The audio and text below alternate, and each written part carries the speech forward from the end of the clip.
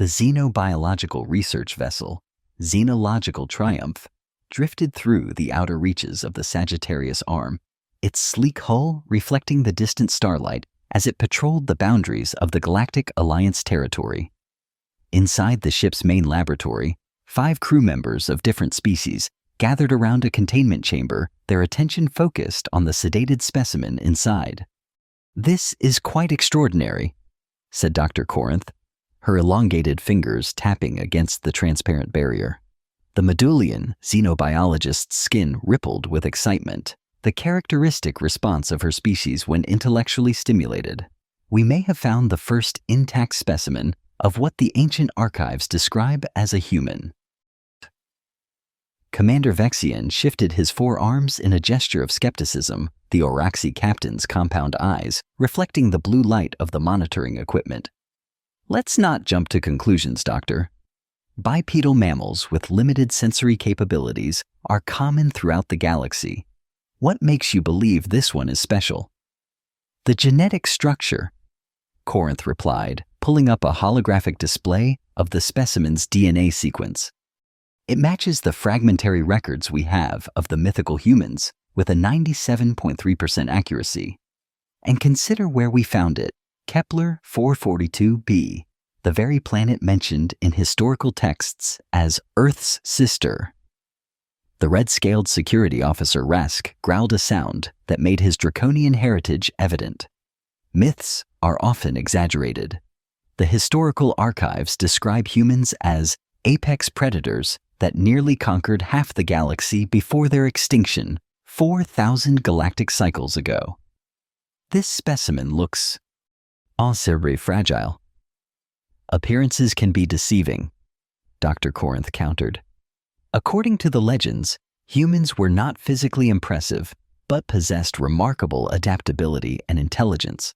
They were said to be ruthless when threatened with sensory capabilities specifically evolved for hunting." The specimen lay motionless inside the chamber, a bipedal creature with pinkish tan skin, no protective scales or exoskeleton, relatively symmetrical features, and a covering of thin hair on its head. Various tubes and sensors monitored its biological functions as it remained under sedation. Zephix, the Thesiler communications officer, whose skin shifted through different shades of blue, approached the chamber. "The myth says they could detect biochemical signals from great distances and could track prey by scent alone. Hard to believe such a primitive sensory method could be effective." "Primitive doesn't mean ineffective," Corinth argued. "Some of the galaxy's deadliest predators rely on what we might consider outdated biological systems." Cadet Thex, the youngest crew member and the only lumen aboard, kept a respectful distance from the chamber. The bioluminescent patches on his skin flickered nervously, betraying his anxiety despite his professional demeanor. "Cadet, please assist me with the neuroscanner," Dr. Corinth requested. "I want to measure its brain activity while it's still sedated." "Yes, Dr." Thex replied, moving carefully toward the control panel. As he reached for the scanner, his protective glove caught on a protruding instrument. There was a small tear, and a single drop of Thex's blue blood seeped out onto his hand. Dr. Corinth noticed immediately.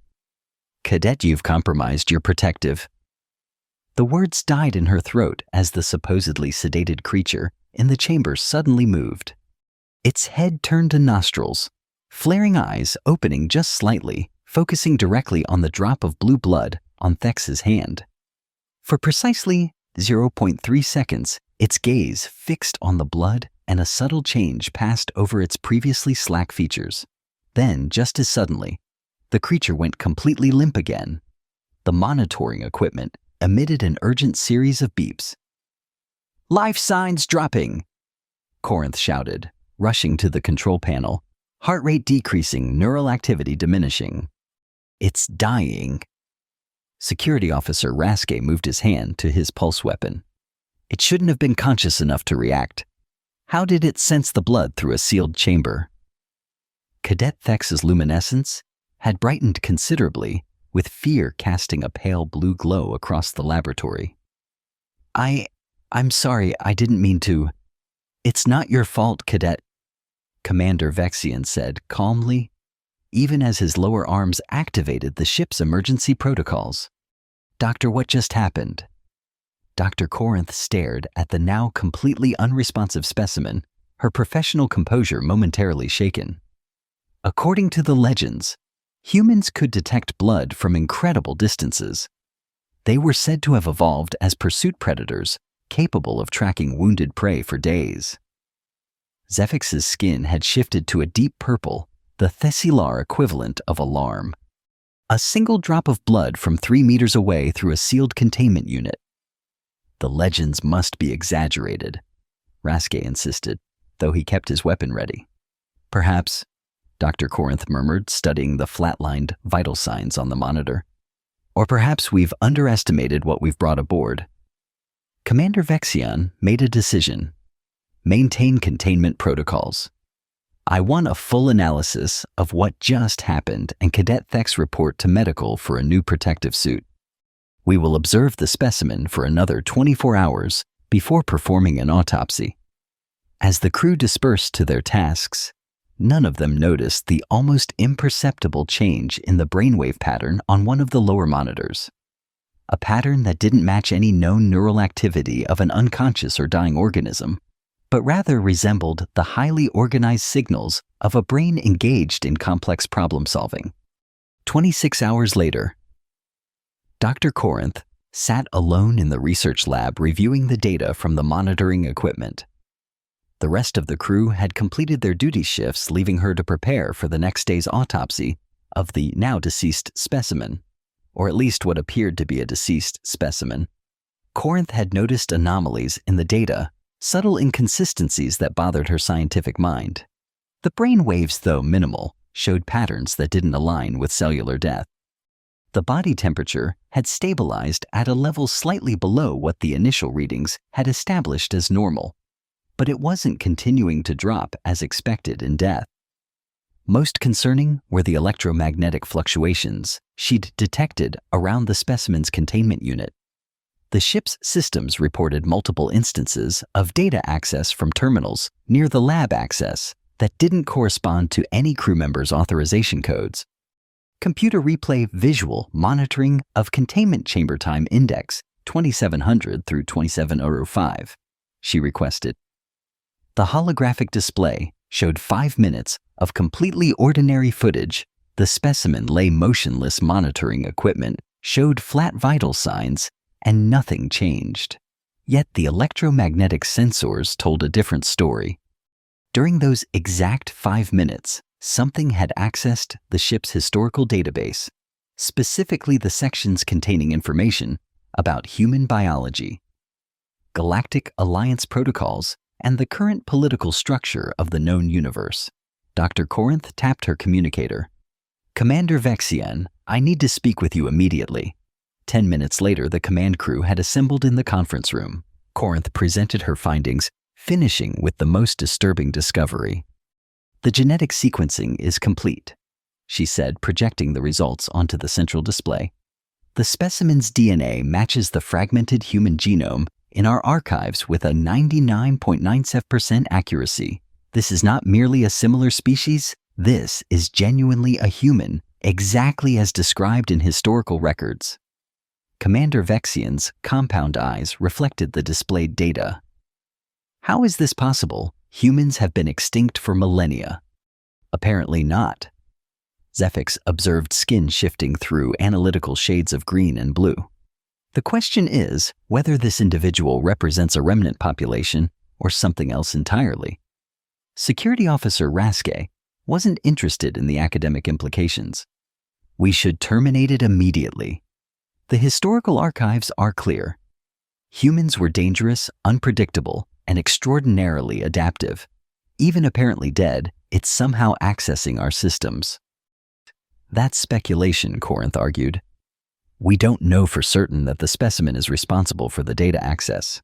"The coincidence is too great," Raske countered. "We can't risk." He was interrupted by the ship's alarm system.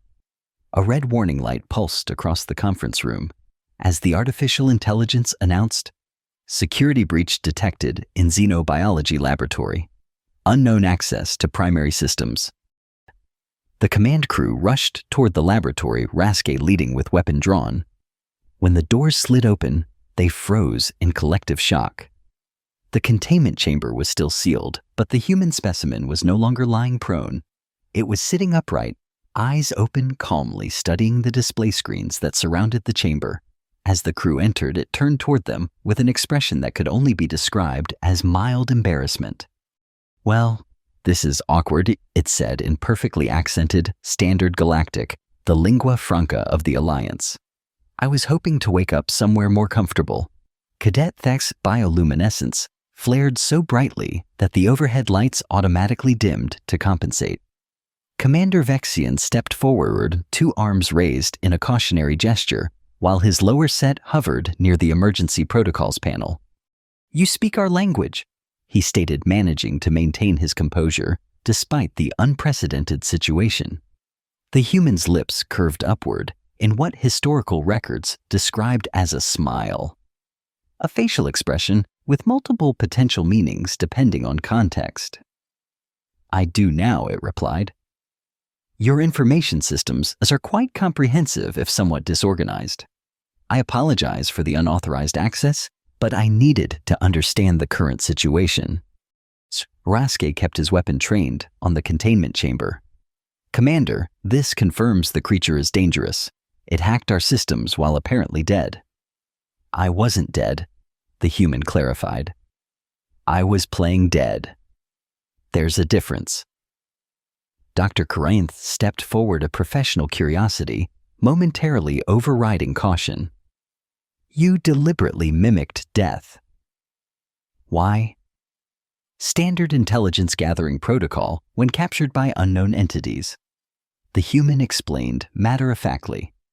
"Assess the situation, gather information, determine whether the capturing party is hostile before revealing capabilities." It looked directly at Raske's weapon.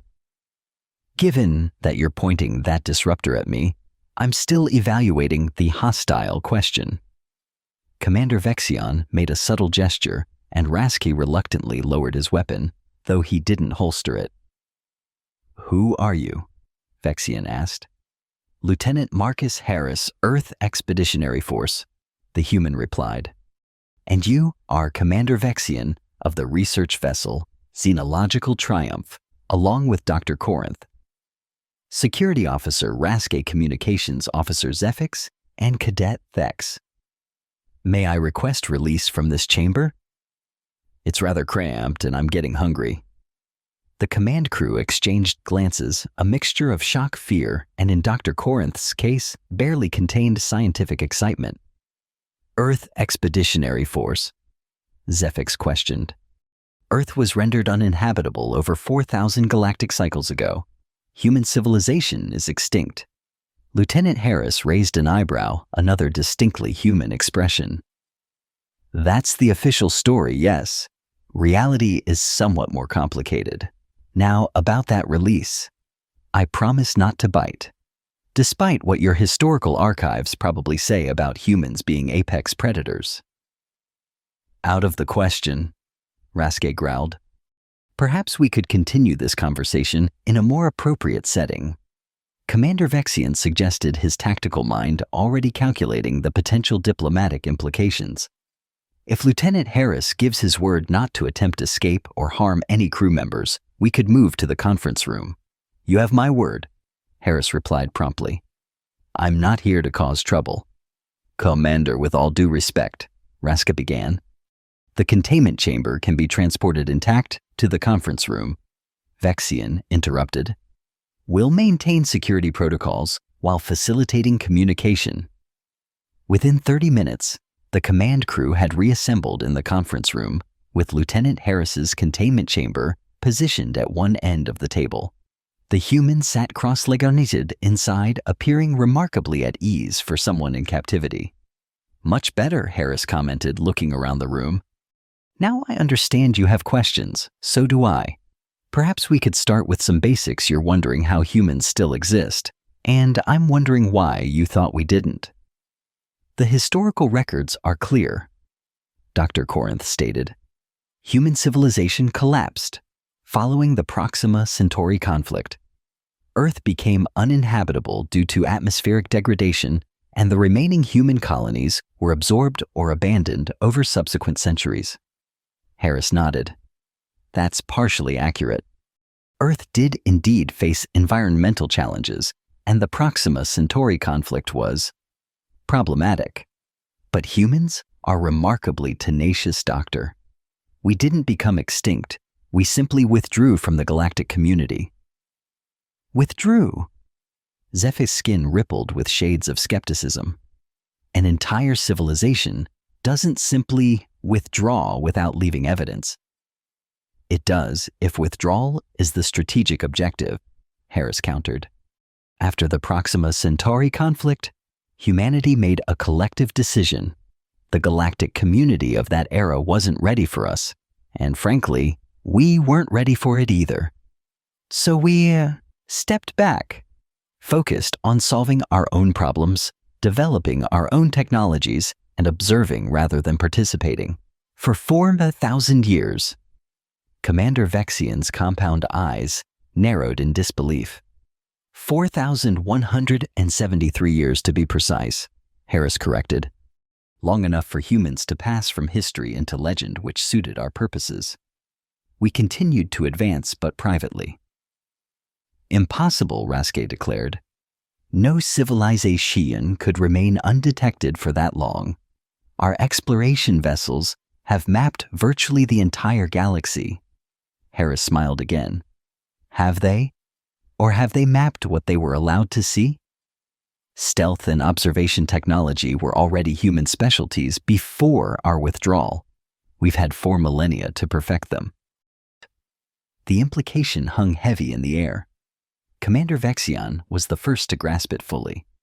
You're saying human civilization has been watching us all this time? Observing, Harris clarified. Studying, learning. Occasionally intervening in subtle ways when absolutely necessary, but mostly just. Watching civilizations rise and fall. Alliances form and dissolve, technologies develop and spread. Dr. Corinth leaned forward, her scientific mind racing with implications.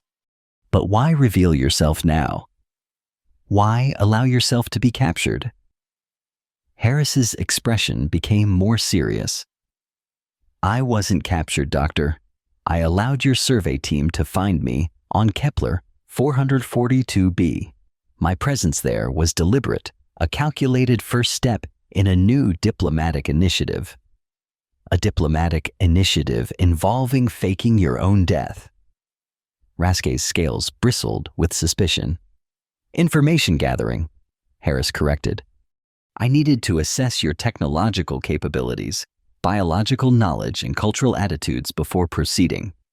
Your reaction to finding an apparently deceased human specimen told me a great deal about Galactic Alliance protocols, xenobiological research standards, and individual species' perspectives on humans. Cadet Thex, who had remained silent until now, finally spoke. But you reacted to my blood. That wasn't faked. Harris turned toward the young Lumine with a gentler expression. No, that wasn't faked. Human olfactory sensitivity is indeed quite acute, especially regarding certain biochemical markers. Your blood has a distinctive scent. I could detect it even through the containment field. The reaction was instinctive, but I used it as an opportunity to implement the playing dead strategy. Commander Vexian processed this information with the careful consideration of an experienced officer. You mentioned a diplomatic initiative. What exactly does that entail? Humanity has decided it's time to end our self-imposed isolation, Harris explained. The galactic political landscape has evolved to a point where reintegration seems feasible. I'm part of an advanced team tasked with establishing initial contact in a controlled manner. And what does humanity want from this reintegration? Rasque asked, his suspicion evident. Cultural exchange, scientific collaboration, trade opportunities, the usual benefits of diplomatic relations, Harris replied evenly. Contrary to your historical records, humans aren't naturally aggressive conquerors. We're explorers and innovators who sometimes get carried away with our curiosity. Zephix's skin cycled through analytical patterns. If what you say is true, why not approach the Galactic Alliance Council directly? Why this elaborate subterfuge? Would the Council have believed a human representative who simply showed up claiming to represent a supposedly extinct civilization? Harris asked rhetorically. This approach allows for a gradual introduction, starting with a small group who can verify my claims before presenting them to higher authorities. Dr. Corinth couldn't contain her scientific curiosity any longer. Throughout your observation period, has humanity continued to evolve? Your genetic structure matches historical records almost perfectly. Our biological evolution has been minimal, Harris acknowledged. But our technological and social evolution has been substantial. We focused on developing technologies that work with our biology rather than changing the biology itself. What kind of technologies? Vexian asked, his tactical mind already assessing potential security implications. Harris gestured toward the ship around them. Perhaps I could demonstrate if you're willing to release me from this chamber. I promise a full explanation of humanity's current capabilities, or at least those I'm authorized to share at this stage. The command crew exchanged glances, a silent debate passing between them. Finally, Commander Vexian nodded. Release the containment field, he ordered, but maintain standard security protocols. As the transparent barrier disappeared with a soft hum, Lieutenant Harris stretched and stood, revealing himself to be slightly taller than average for a human, according to historical records. He wore a simple gray uniform with no visible weapons or technology. Thank you, Commander, he said, stepping carefully from the platform. Now, about those technologies. Before he could continue, the ship's communication system activated with an urgent tone. Commander Vexian, came the voice of the bridge officer. We're detecting multiple energy signatures appearing around the vessel. They weren't there a moment ago, sir. They just appeared out of nowhere. Vexian's compound eyes widened in alarm. Specifications. 37 distinct vessels, sir. Configuration unknown, not matching any alliance or known independent designs. They're massive, Commander. Harris smiled apologetically. Right on schedule. That would be my extraction team. They've been following your vessel since you left Kepler 442b, maintaining stealth protocols until now. 37 ships. Raske's hand moved instinctively toward his weapon. You call that an extraction team? The human expeditionary fleet takes its responsibilities seriously, Harris replied calmly. Don't worry, if they intended any hostility, you wouldn't have seen them before they acted. Commander Vexian's tactical training took over. Communications open a channel to the approaching vessels. That won't be necessary, Harris said, reaching into his pocket and withdrawing a small device that hadn't registered on the ship's security scans. I can communicate directly. With your permission, Commander. After a moment's hesitation, Vexian nodded. Harris activated the device, which projected a holographic interface. Lieutenant Harris to Fleet Command. Situation secure, diplomatic contact established. Request permission to continue as planned. The response came immediately in clear Standard Galactic that everyone in the room could understand. Permission granted, Lieutenant. The Council is awaiting your preliminary report. Fleet maintaining position at minimum safe distance. Harris deactivated the device and returned it to his pocket. Now then, where were we? Yes, I was about to explain humanity's current technological status. Perhaps it would be easier to show you. Commander, would you and your team care to observe from the ship's external viewing deck? I think it might help contextualize our conversation.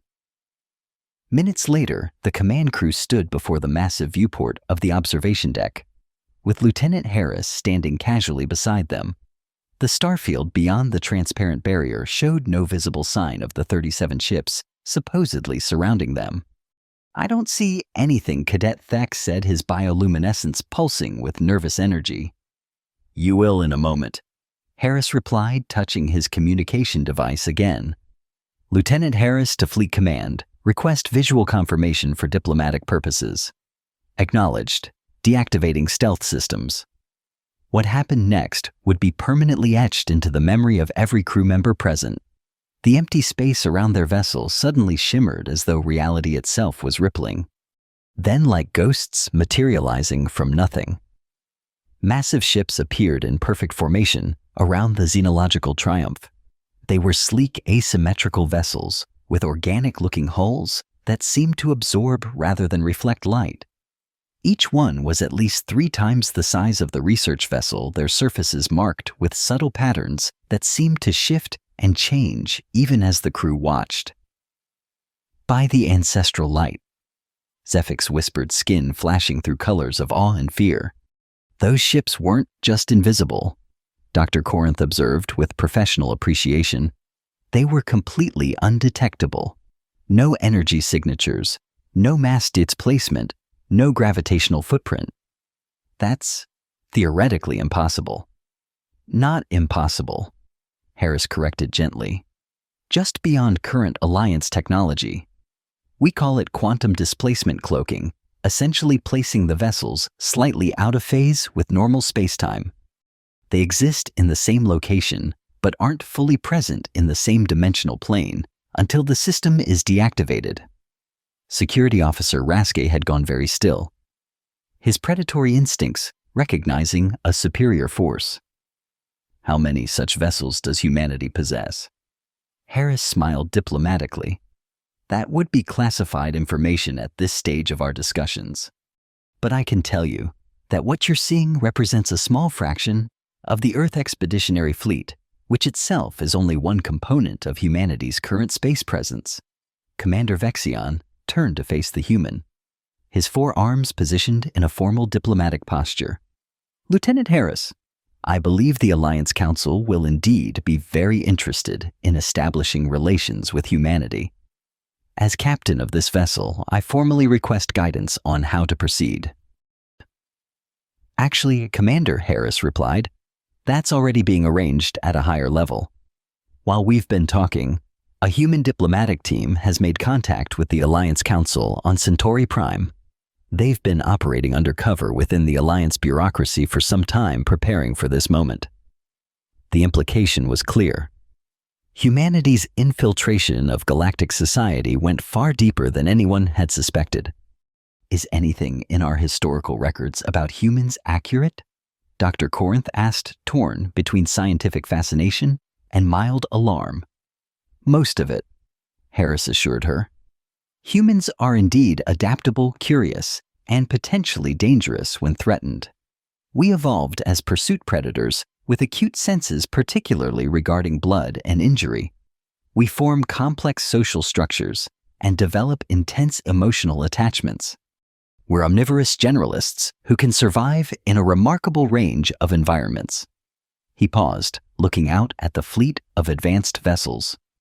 What the records miss is how those traits manifest when given thousands of years to develop in isolation, without external pressures or conflicts. We haven't been fighting wars or competing for resources, we've been solving problems, exploring the unexplored regions of space, and watching the rest of the galaxy figure itself out. And now you've decided to rejoin that galaxy, Vexion observed. Yes, the Galactic Alliance has finally achieved the level of stability and multicultural integration that makes reintegration viable, Harris confirmed. Humanity has voted not without considerable debate to end our self-imposed exile and take our place in the galactic community. A new message came through on Harris's communication device. Lieutenant Transport Shuttle approaching for extraction. Council has approved preliminary diplomatic protocols. Acknowledged, Harris responded. Before turning back to the command crew, it seems my time aboard your vessel is coming to an end, at least for now. The xenological triumph will be receiving official communication from both the Human Diplomatic Corps and the Alliance Council within the next few hours. You'll be directed to Centauri Prime as honored witnesses to first contact. Commander Vexion performed a formal Alliance salute with all 4 arms. We look forward to facilitating this historic development. Before I depart, Harris said, reaching into another pocket that had somehow escaped detection, I have something for each of you, tokens of appreciation for your role in this moment. He presented each crew member with a small object, seemingly simple crystalline structures in different colors. These are standard diplomatic gifts encoded with basic information about Earth and human culture. They're completely safe and have been approved by your security protocols. Consider them a first step in cultural exchange. As a shuttle from one of the human vessels approached the research ship, Harris prepared to depart. Cadet Thex, whose bioluminescence had gradually shifted from fearful flashing to a steady glow of wonder, finally found the courage to ask a personal question. What is Earth like now, he asked. After all this time, Harris smiled, his expression genuinely warm. Beautiful. Restored. Different from what it was, but thriving in new ways. Perhaps someday you'll see it for yourself, Cadet. The diplomatic agreements being negotiated include exchange programs for scientific and cultural representatives. As Harris departed aboard the human shuttle, the command crew of the Xenological Triumph watched in silence as the massive fleet reactivated their cloaking technology, the ship seemingly dissolving into the fabric of space itself until not a trace remained. Later that evening, as the research vessel altered course for Centauri Prime, according to their new orders, the ship's database automatically updated based on incoming information from Alliance Central Entry. Human taxonomic classification previously listed as extinct. Apex predator species. Current status: extant. Threat assessment pending. Diplomatic review. Mythology status under review. Commander Vexion studied the crystalline token Harris had given him, watching as it projected a slowly rotating holographic image of a blue-green planet Earth as it existed now, its continents recognizable from historical records, but its surface marked with strange, beautiful patterns that suggested a civilization far more advanced than anything the Alliance had achieved. Dr. Corinth, he said thoughtfully, I believe xenobiology is about to become a much more complicated field. The Medolian scientist nodded her own token, projecting what appeared to be the molecular structure of human DNA alongside Alliance standard genetic notation.